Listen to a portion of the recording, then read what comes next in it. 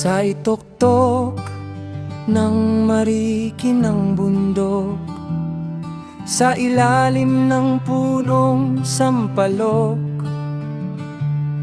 matatanaw doon si Nakiko, mukhang itong mamumundo.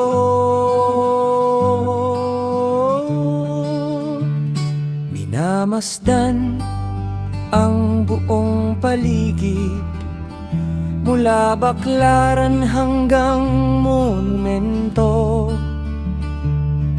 Kainta at Antipolo, kung may syota ka pre, mag San Miguel, beer dito.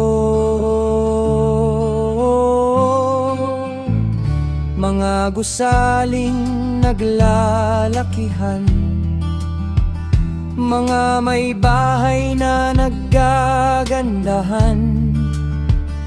Doon naman sa Ilog Pasig, barong-barong ay dikit-dikit. Ang buhay dito sa lungsod walang tigil, ang pagkayot, paggising hanggang pagtulog, ang mundo'y papaikot-ikot.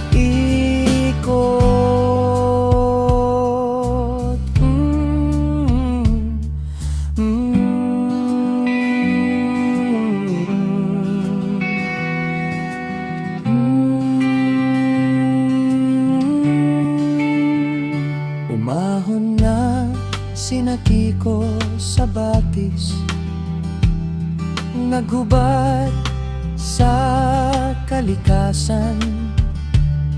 Nagtampisaw sila sa tubig, inaalis ang galit ng dibdib. Nagtanong-tanong sa hangin kung saan abrelata ng galing.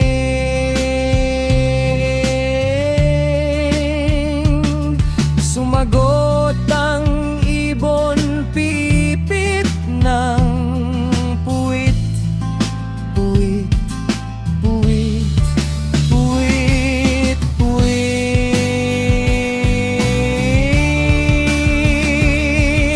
Kinakalbong kagubatan hanggang sa dulo ng Montalban, mga punong pinagugupit, sinusunog ito at inaahit. At nang bumaba na si Nakiko sa bayan, kabilugan po ng buwan,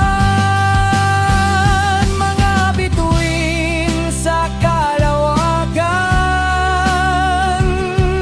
sila ay nagkikindatan. Mga tao sa lansangan, para itong mga langgam. Bisikleta ang kailangan kung gusto natin ng kaunlaran.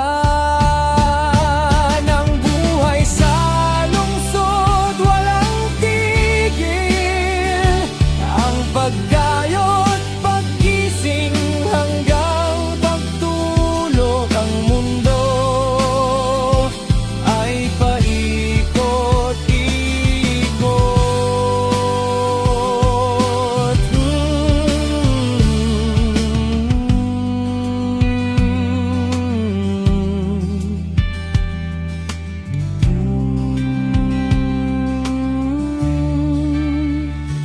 Sa ituktok-tok ng marikinang bundok, sa ituktok ng marikinang bundok,